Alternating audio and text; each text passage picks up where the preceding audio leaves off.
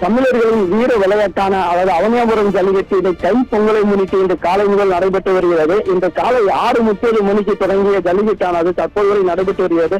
கிட்டத்தட்ட தற்போது 3வது சுற்று நடைபெற்று வரும் நிலையில் கிட்டத்தட்ட 247 காளைகள் இதுவரைக்கும் அனுமதிக்கப்பட்டுள்ளது. 13 காளைகள் நிராகரிக்கப்பட்டது.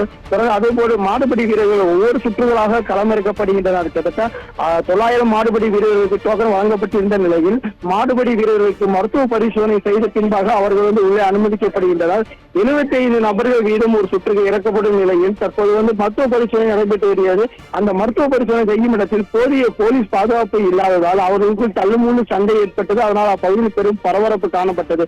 இதனை தொடர்ந்து எல்லா பகுதியிலும் மதுரை மாநகர காவல்துறை சார்பாக காவல்துறை ஆணையர் லோகநாதன் தலைமையிலான காவலர்கள் கிட்டத்தட்ட 2000க்கும் மேற்பட்டோர் பாதுகாப்பு பணியில் ஈடுபட்டு வருகின்றனர். இந்த நிலையில் தற்போது மாடுபிடி வீரர்களை பரிசோதனை செய்யும் இடத்தில் போதிய காவல்துறையினர் பாதுகாப்பு இல்லாத காரணத்தினால் அப்பகுதியில் தள்ளுமுள்ளு அதிகரிப்பு ஏற்பட்டது. இதன் காரணமாக அப்பகுதியில் பெரும் பரபரப்பான சூழ்நிலை காணப்பட்டது. ஏனென்றால் அந்த மாடுபிடி வீரர்கள் மருத்துவ பரிசோதனைக்கு நிற்கும் நிலையில் அவர்கள் லைனில் நிற்கும் நிலையில் அவர்களுக்குள் யார் முந்திக் கொண்டு அவர்கள் சுற்றுகளில் இடம்பிடிக்க போவது என்பதற்குள் அவர்கள் சண்டை ஏற்பட்டுள்ளது.